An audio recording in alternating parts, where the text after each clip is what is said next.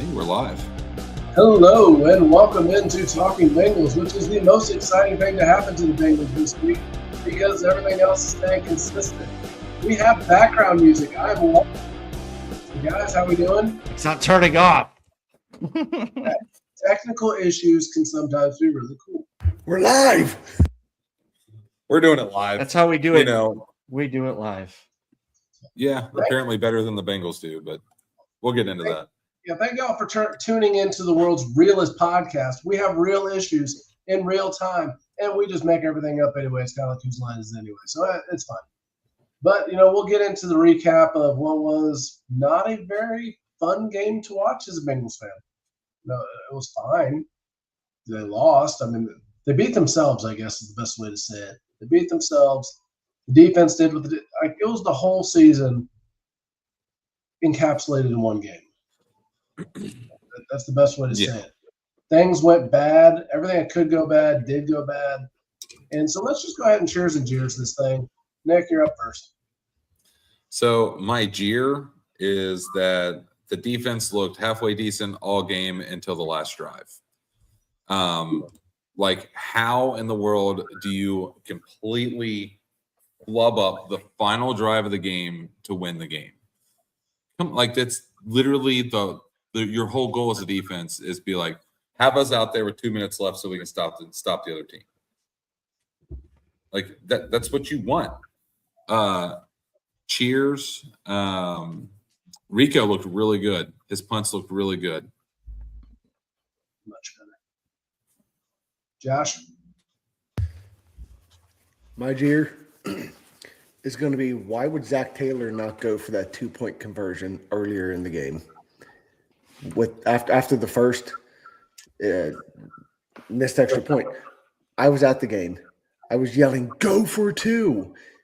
And then he went out for another extra point that missed. He's playing like he still has something to gain from winning that. No, just go out there and call a fun game. Call a game that people actually want to watch. And then when they needed the 2-point conversion, didn't get it. My cheer is going to be, I was at the game. I actually had fun watching it. Whatever I paid attention to, it was just fun being at the game. So my cheer was what I was doing during the game.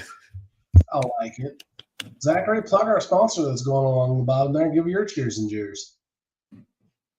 Yeah, as always, Cheers and Jeers is brought to you by Dummy Energy.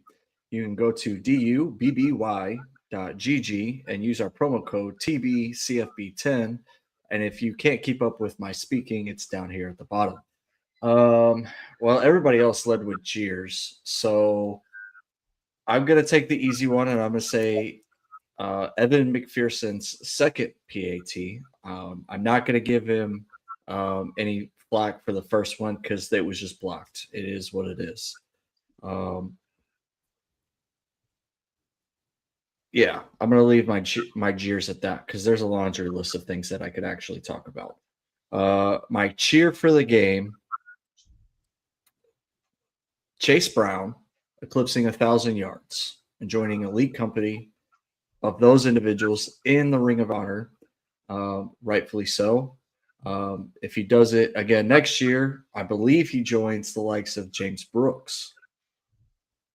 So... Yeah, that was good. That was what mine was going to be. But don't worry. I'm always ready with backups. It's fine, Zach. Don't worry. Unlike the Bengals. My cheer is an easy one. It's Joe Flacco getting to make a play. That was just fun for everybody. We've all been like, he's like our uncle. Like, he's everybody's uncle now, even though he's barely older than us. He's basically like everybody's uncle. Oh, Joe.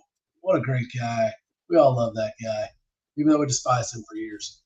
But he's a Bengal now. It's fine. But no, that's my cheer. But my jeer is actually going to be a little bit different than what you guys might think. I didn't have a chance to research it yet, but I got to look into it at some point and maybe make a post about it. Do we now hold the record for most defensive touchdowns allowed in a season? Because I feel like every time we turn the ball over, it ends up being a touchdown. It blows my mind.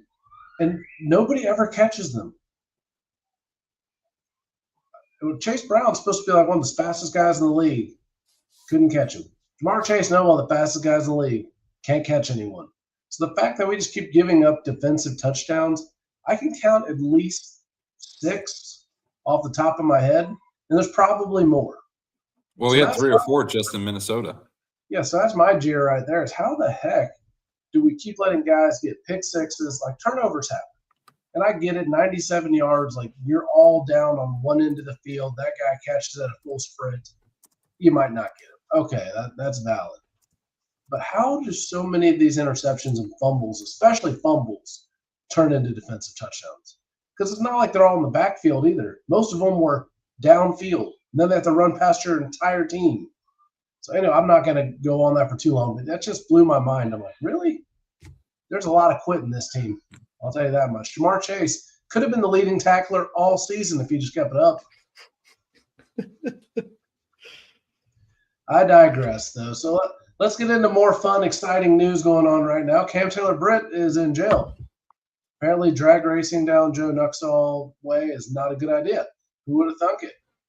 You know, if you want to get into drag racing, there's plenty of empty roads in Boone County. We've all seen them. We've all probably drag raced on them. So maybe try that in the future. Not down in the sheriff's office area or, you know, the Cincinnati police right in front of them. They have what, 2 places on the banks? Like there's 2 different little police stations in the banks area. Dumb. You can't fix stupid. Any thoughts on Cam Taylor-Britt other than the fact that maybe this just steals his case and he's out? It's just, I mean, bye. Like he's a free agent. They're not going to sign him. They benched him. Why would they sign him? Bye. I mean, I don't know why we still had him on the team to begin with. I mean, he was hot garbage 2 years ago and last year. I mean, just keeping him still on the roster for whatever reason. He was hot garbage. I mean, at best, he was mediocre during the couple years that he was halfway decent, I guess. I mean, essentially anybody else in the league could have taken his position and done essentially what he was doing or maybe even better. And essentially naming anybody, like take practice squad beyond. You know who he reminds me of, and Zach will have a response to this. Joe, no, I'm not kidding. Not Joey Votto. Aristides Aquino. Because when he made great plays, like that one-handed interception, a couple of the other diving interceptions, when he shut down DK Metcalf, like he had a few really awesome things. But that's like the month of the Punisher back in what was I can't remember what year it was now. But that was the only thing worth talking about for a month, and then you never talked about him again. So, Burns, anything you want to say about CTE?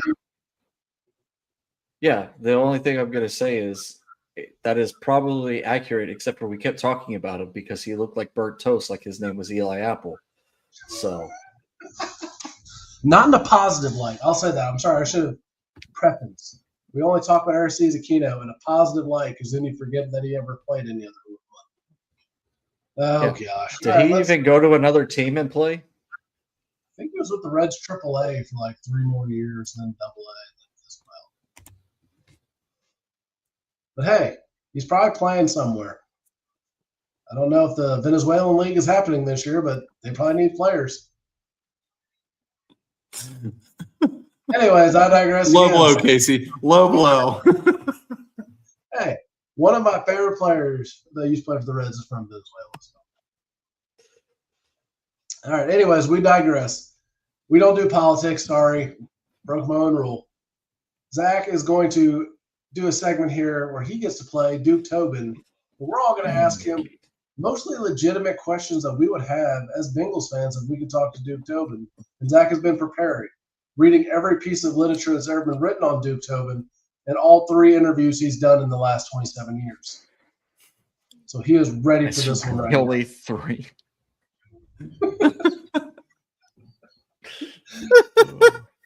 So, Nick, I know you've been waiting all day for this, so you get to do the first question. So, Duke, what is your plans for next year for player development with bringing in anybody in from the NFL draft? And what is your scouting reports looking like? Yeah, so we really liked what we had this year for team. Unfortunately, injuries kind of kept us out of the fight there for a long time. but we really like what we have in the locker room. The draft is going to be the draft. We've got some player analysis going on right now. We got the 10th pick, and we've got some eyes on some good high-end prospects that need a lot of development. So, Duke, question for you: is this the year that the Bengals are going to start taking a more serious look at, player production over player traits? Yeah, we got a lot of guys that have a lot of good skill sets, and we got a really good coaching staff that can really put the pieces together, if you will.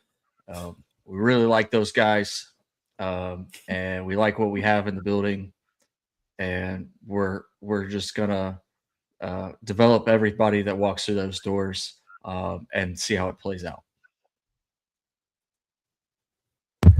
So, Duke, what do you say to the people that have looked at the draft classes in the past couple of years and they've really seen no production from any of those guys? What does that say about the scouting department and the players that you've actually wanted to pick? Yeah, we've liked everybody in our drafts the last few years. We brought in guys like Joe Burrow, T. Higgins, Jamar Chase. They've really worked out for us. DJ Turner is probably another one. We're really high on a guy like Shamar Stewart, Demetrius Knight Jr., Barrett Carter. Those guys are going to be affordable for us going forward, and I can't wait to watch them going forward. Yeah, you talk about affordability all the time, and Duke, when we're looking at the Brown family, when we think about acquiring either new talent or acquiring free agents, especially when we think about players like Trey Hendrickson and bringing players like that back. We know you guys missed out on Jesse Bates. What's the talks like when you're looking at a player like Trey Hendrickson and bringing someone like that back? Yeah, we're pretty set on what we have set across the board. Again, we're in the top 10 in cap space this coming up season, and we're going to do everything we can to try to make sure that Joe is happy with the people around him, and it doesn't mean that it's going to work out, but we're pretty confident in what we're able to do and who we're going to be evaluating going forward. Yeah, I'm kind of curious. You talk about evaluating. Can you tell us a little bit about your process?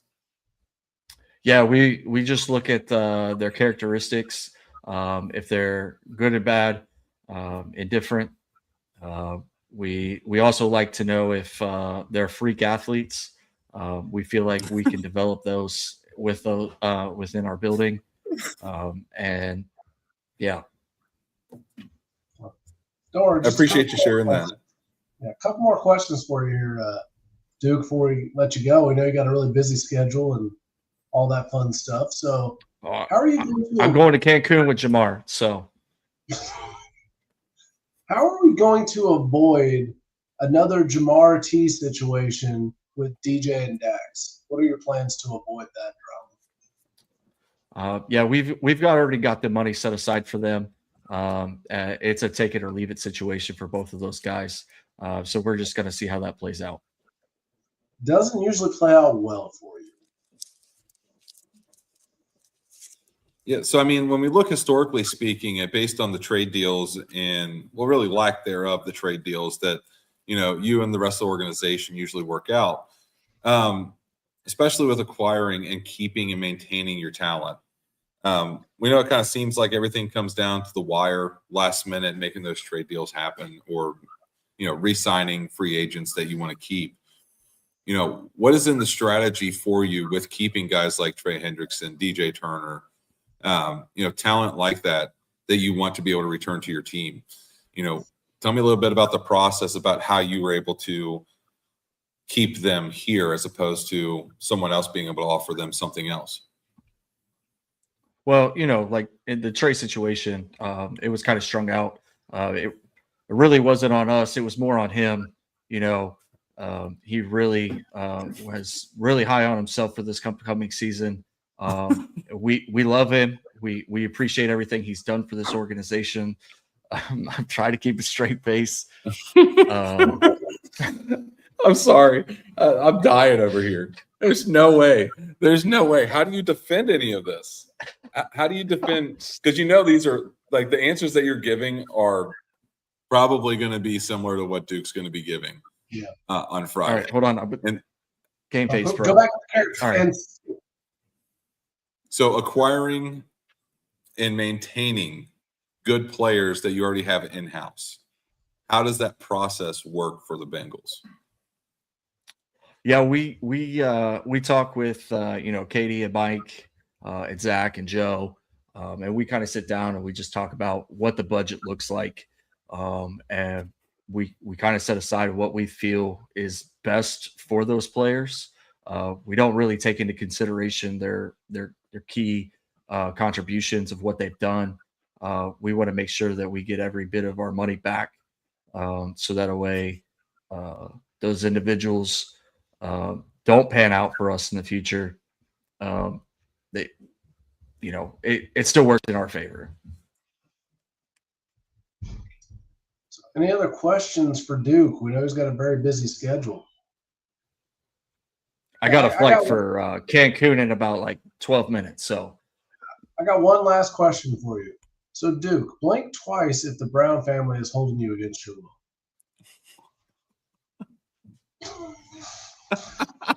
Thank you for your time, Duke. All right, thanks, guys. Appreciate it. No, but I mean, seriously, like that was the most roundabout no answer that you could think of. It was very, very much a politics answer where you don't really get an answer, but it sounds like they're trying to answer. Talking circles. We like talking circles. Hey guys, sorry. Right before I go catch my flight for Cancun, I did have one more thing to say. To echo the Castellini family, I just want to put an emphasis on this of where are you going to go? We're here to stay. Okay. Oh, gosh. Unfortunately, there's not minor league football that we could throw back in their face. I mean, the Y'alls had a field day with that. They made a whole season worth of advertisements for that. Louisville's getting a UFL team or USFL or whatever that league's called. One of those leagues, one of the junior circuits. Hey, it could be fun. Yeah. Okay, here's my only qualm, though. It's off season, so we can go off the rails whenever we feel like it. So we're doing it. Minor league football, the ones I've watched, the USFL and the arena and all that stuff. Arena's a little bit of a different game. You have to see it as what it is. It's not real football. It is a different, higher speed. They score a lot, not a lot of defense. But watching the USFL is really on par to watching Eastern Kentucky University play football. It's like high school plus. I'm an EKU grad, proud EKU grad, but I'm going to be honest, that is not high-level college football. That is very much like high school plus. And that's what the USFL looked like to me. Like, wasn't the best. Or minor league baseball always looks like baseball. It can be entertaining. I mean, I have to say Y'all's games are entertaining, but it's not a Reds game. Yeah. Touche. But I don't know. I guess I'd say I actually enjoyed the UFL. So, sorry, Zach. You and your then again, I was in lag Alabama time. for what? You and your 15-minute lag time. I was trying to answer. Everybody else kept talking. So, all right, let's just get this thing back on track. Sorry, no more distractions. Apparently, when I take us off the rails, everything just falls apart. So, looking forward to the future in the off season, we got a lot of fun episodes coming up. We're going to have our end of season awards next week. We're going to have our off season, mock off season that we get from the Athletic, and we get to work those sheets coming at some point. I don't know, maybe we'll have some of our friends during draft season again. But the way this season ended, it's hard to talk about that game. You just kind of don't want to talk about much more about the season either, to be honest with you. We will next week as we go through the awards, but it's just one of those things like I'm glad it's over because it was miserable. It's not fun. Got your hopes up a lot and then just kept crushing you. So guys, if you got a topic I'm forgetting, please bring it up. But right now I said we don't have a game preview because we don't give a crap about the teams in the playoffs. I mean, I guess if you guys really want to talk about it, you can, but I have zero interest in any team in the playoffs. I mean, I really just want to say something about how can they possibly say we'll bring back Zach Taylor? And he said he's making no changes. But John Harbaugh just got fired a few hours ago. The dude has not lost in the past 3 years less than 10 games. And he's won the division almost 3 years in a row. Almost the first three-peat division winner in the AFC North history. So I don't understand how they can justify that, but yet the Brown family cannot justify looking at Zach Taylor and saying you have underutilized a quarterback that is twice Lamar Jackson, and you've got receivers, and you've not built anything on defense. I don't understand how they can justify keeping the coaching staff and the GM, non-GM. I make that make sense, and why I should care next year. Well, funny you should bring it up because it reminded me of the topic. So Paul Dehner Jr.'s article in The Athletic that made him go underground so people didn't find him and beat him up, talking about how the Bengals made the right decision. And Paul's a great guy. I got to meet him. Paul's an awesome guy. So I'm not picking on him there. And he's a very talented writer. But, yeah, his logic – and the funny thing, listening to him defend his article, he talked about the fact that he's not saying that it's the best decision that possibly could have been made. It's the best decision that was made given who the owners are and the fact that the way they do business is backward and makes no sense. So, Nick, you were going to talk, so I'll let you take the first stab at it. I have to agree with Josh. I mean, you have 3 straight years where you underutilize the best quarterback in the league. You underutilize 2 of the best receivers in the league. And you can't even build a halfway decent defense across the ball to give the tremendous weapons that you have on offense a fighting chance to win. How do you still have a job? You have guys like John Harbaugh who worked his butt off in Baltimore. And Harbaugh arguably is one of the better coaches that the Ravens have had, the one of the 3 that they've ever had. And they stuck by Harbaugh for a long time because he was a good coach. And then they have one season where they're 9-8, and instead of having a 10-win season, he goes 9-8 and loses the AFC North and doesn't make the playoffs. That one season, they fire him. One season.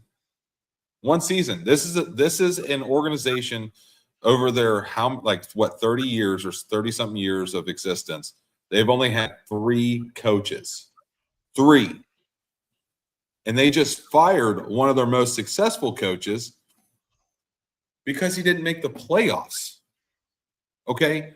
Until you have that type of mentality at the very top, the guys at the very bottom won't care. Because at the very top, it trickles down to the bottom. They always say crap rolls downhill. And if your crap stinks that bad up there, it's going to stink even worse when you're at the bottom. You don't have a winning. They don't have a winning attitude at the top.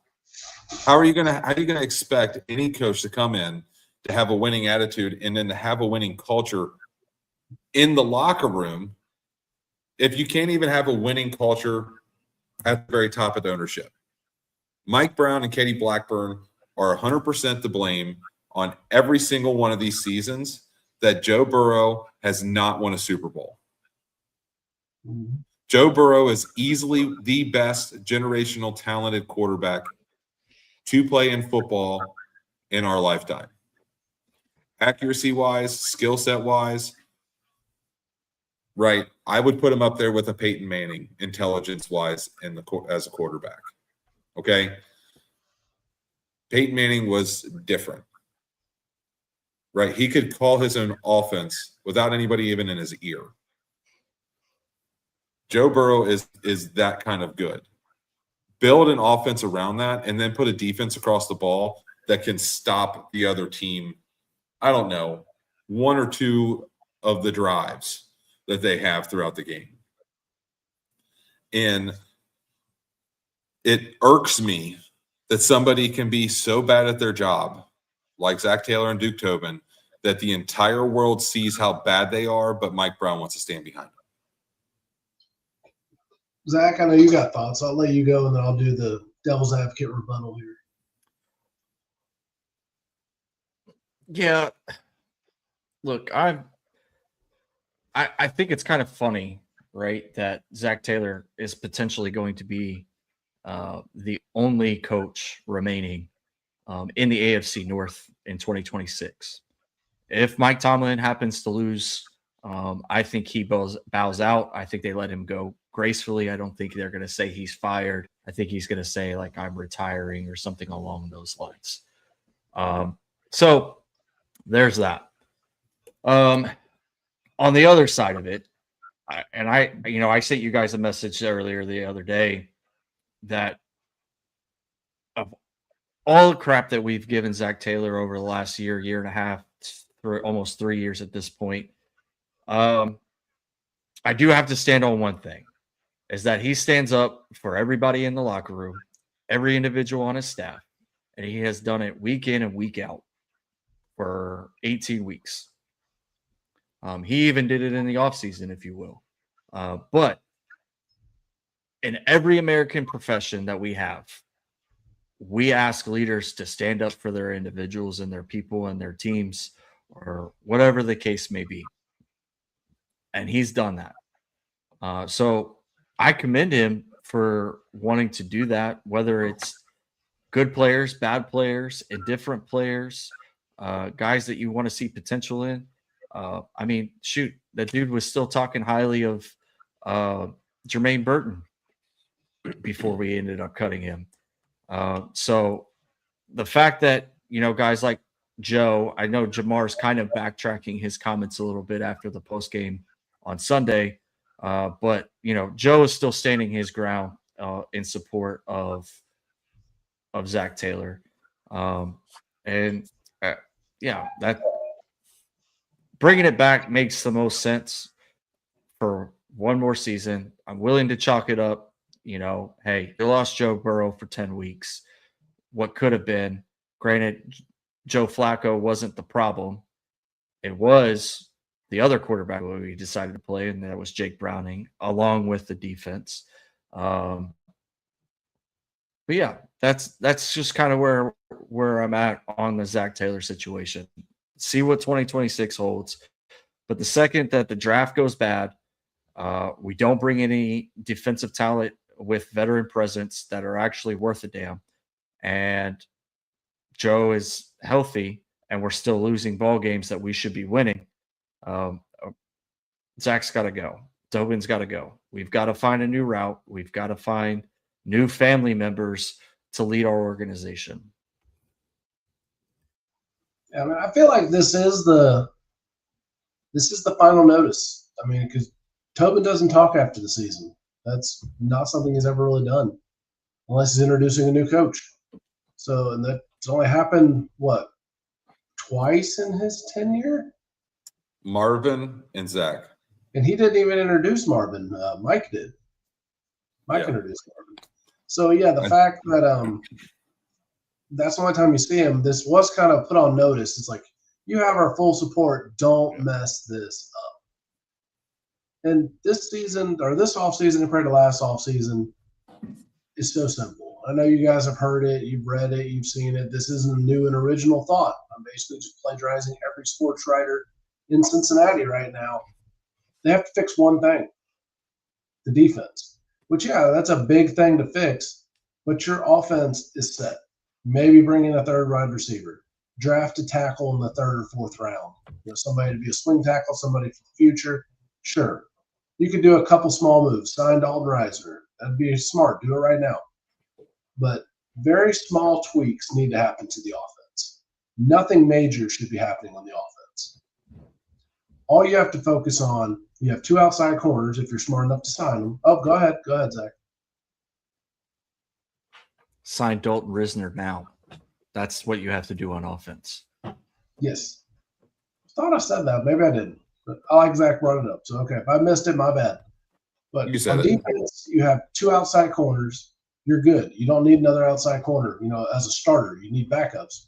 But, hey, it is what it is.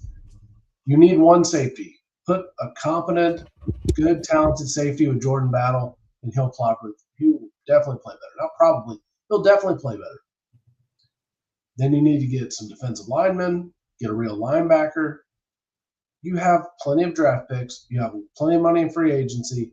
Figure it out. Make it happen. It's that simple. Fix one thing. Your special teams were good enough. Maybe not great all the time, but mostly good enough and successful overall. So just fix the defense. It's not that hard compared to last season where you had stadium issues to worry about. You had a defense issue to worry about. You had to sign T and Jamar. You had all these other distractions. It's literally one thing. Fix the defense, and you have a championship caliber team. I'm going to kind of rebut what I said, and I'm going to have to agree with you. I think that I was wrong. I think Casey's right. And this is kind of mind-blowing. I think that if this is really what Mike Brown's doing, I think Casey's 100% right.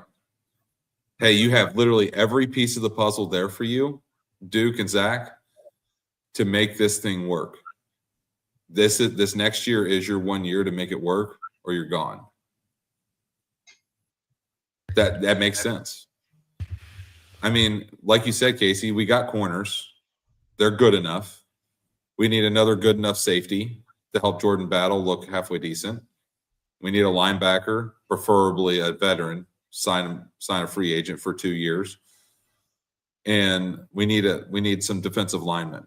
I would be willing to say, let Trey walk, keep Osai and Murphy and Stewart, and ride them hard in practice and in the offseason. Push them hard to get better. To just continue to keep working. I think Murphy could have a huge year next year, especially the way that he turned out at the end of the season. Joseph Osai, he could be like the Sam Hubbard to Trey Hendrickson a few years ago when we went to the Super Bowl. We have good enough on the outside. We need to work on the inside, on defense. I would go as far to say that we shouldn't even touch the offensive side in the draft.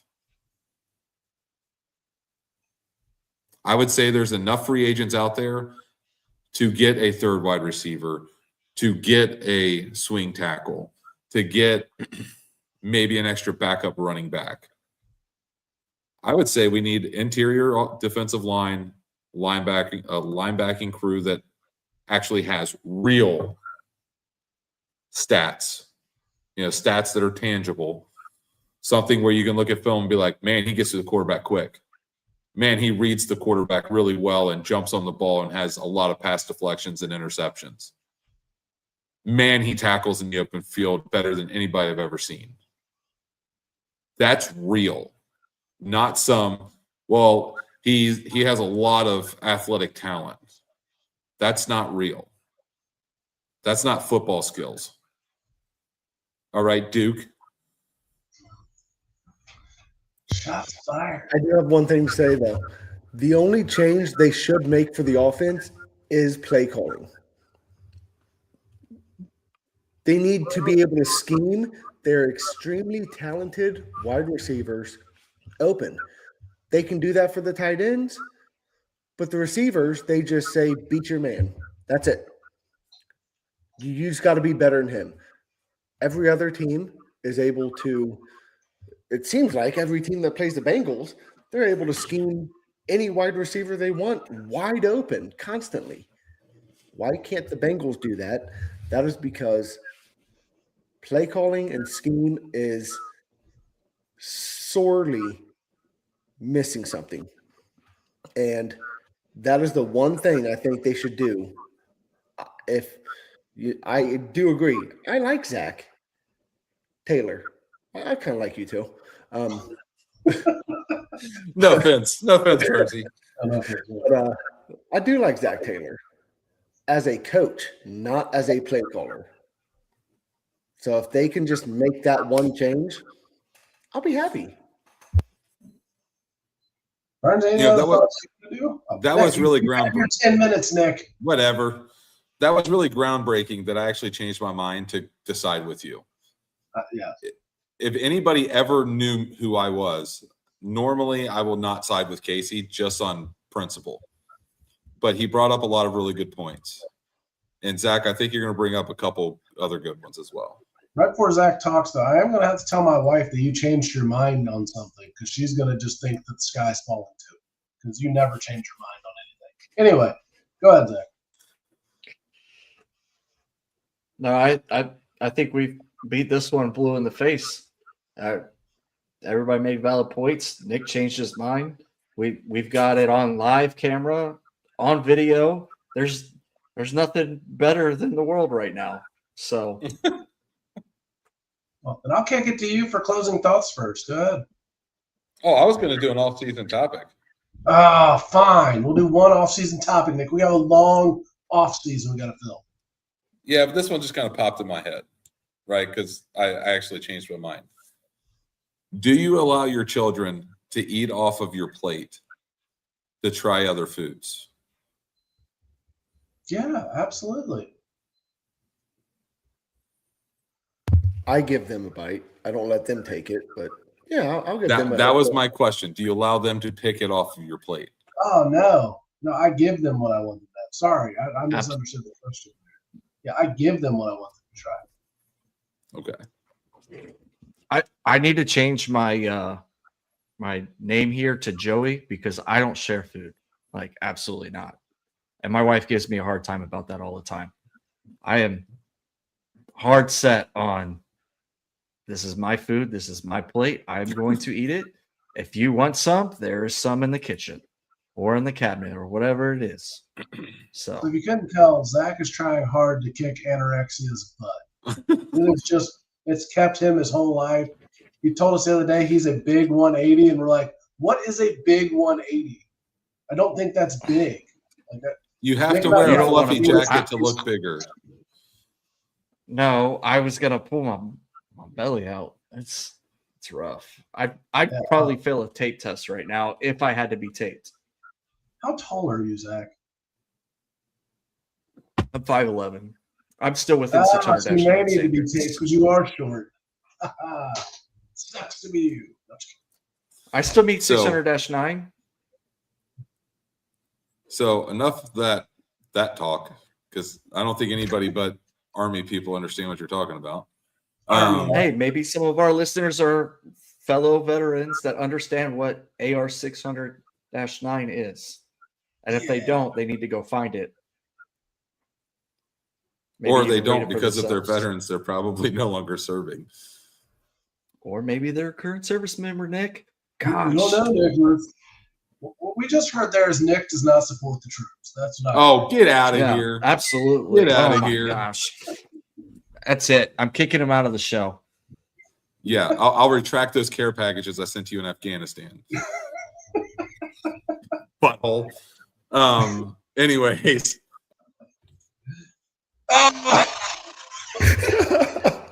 You actually did it. Oh, he's gonna be ticked when he gets back on here. I mean, if he comes back on here. Oh, So if Bernsey gets around to sharing all this to the rest of the social media world, he's going to see that I am see what, fairly Nick? similar. I am very similar with the food. I don't like sharing food.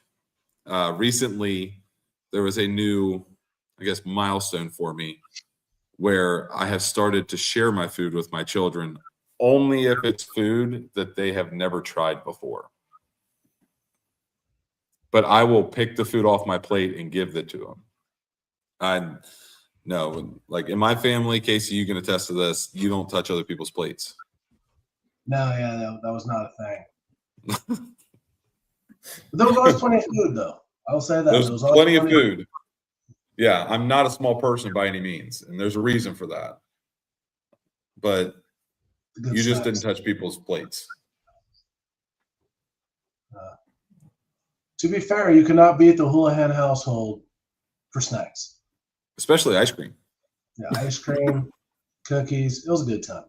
But we're digressing again, but it's the off season, so who really cares?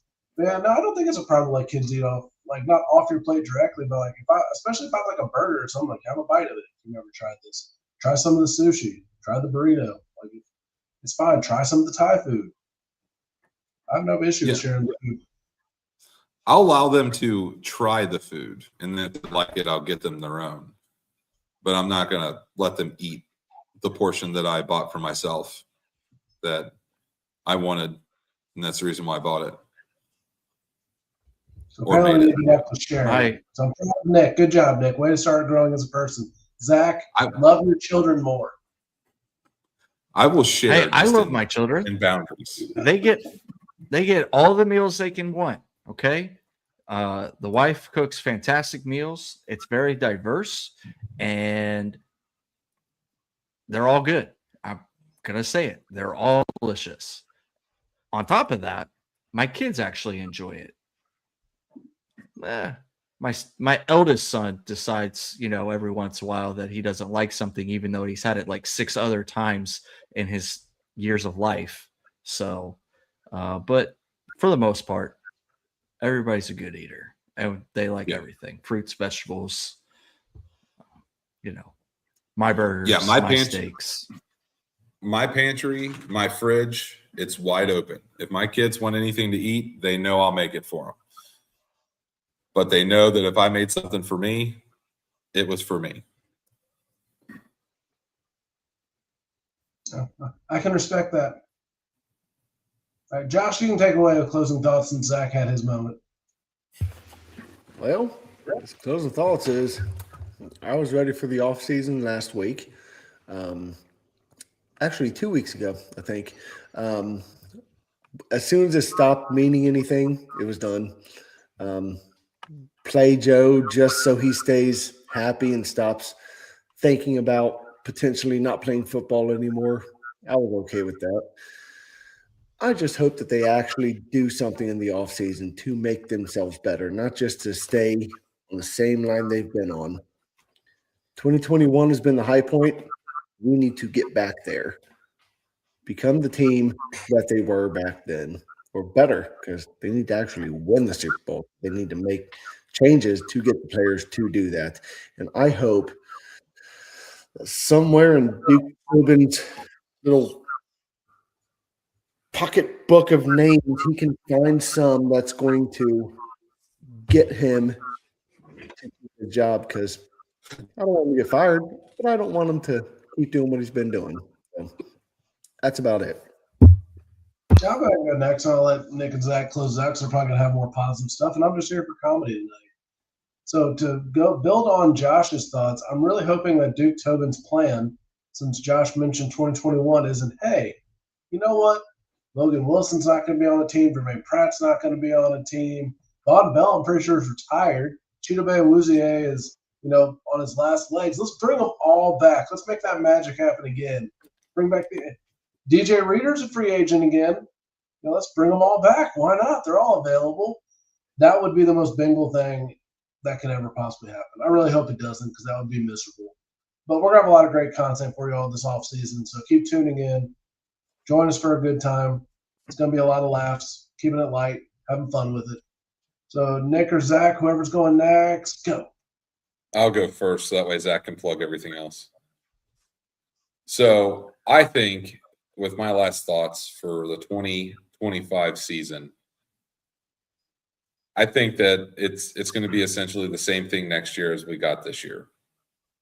2026 is going to show the same thing 2025 showed, and we're going to end up missing the playoffs yet again. And I think that they're going to wind up re-signing Duke and Zach Taylor anyway. I made a grave miscalculation. Nick usually brings the good vibes. Zach, please bring some good vibes to close out the show. Well, as I've been having going for like the last 20 minutes, if you don't already, please like, follow, subscribe, and share our content across all social media platforms. You can find us at Talkin_Bengals. You can also go to our Etsy store, CZN Enterprises. Holiday 15 is still going right now, 15% off. I've got some new creative ideas coming. Maybe it's going to be Zach Taylor related. I don't know. We'll see. Anyway, my final thoughts is that it's a new year. It's the offseason. 2025 is over. It's behind us. We're on to 2026. And it's going to be fine. Everything's going to be fine. We're going to draft well. We're going to take like Bailey or Bain, Caleb Downs. We're going to improve the defense. Some of these other guys across the league are willing to come to Cincinnati because they want to play and help Joe Burrow win a Super Bowl. You know, is that a positivity? Because that's as positive as I can feel right now. So Good enough. also, we're down to I believe it's 34 days to pitchers and catchers. More positivity. I'll give you a positive. I'll give you a positive final Trivia thought here. first. Let me do my trivia. And then we'll get out of closing thought trivia. Can any of you all name what Bengals first round draft pick played in the Snoop Dogg Football League growing up? So Snoop Dogg in like LA literally has a youth football league. Shamar Stewart. First round draft pick. First round draft pick. Dre. Nope. Josh, you want to take a guess? Myles Murphy. That's what I was going to say, Myles Murphy. So, Nope. You guys all give up? yeah. Go ahead. John Ross. Nah, should have known. I have a positive Another final thought for Jim. everybody. Here's a positive final thought. Zach Taylor and Duke Tobin know that their job is on the line, and they're going to actually do something over the offseason to make this team a Super Bowl contender. We're going to go undefeated in 2026, winning the Super Bowl. Boom. Whoa. Is Nick going bipolar tonight because he goes from one extreme to the other extreme, one extreme to the other extreme? I mean, it's the Bengals. Yeah. Nobody knows what's going to happen. It's like forecasting the weather. Everybody's wrong. They are weather guessers. Anyways, that's going to do it for us tonight. Thank you for joining us. Tune in all off season for more zany content like this, because we are the world's realest podcast. We will have good content. We're going to keep giving you things that you actually want to hear, but we're also here for fun. So enjoy it with us. Hooday.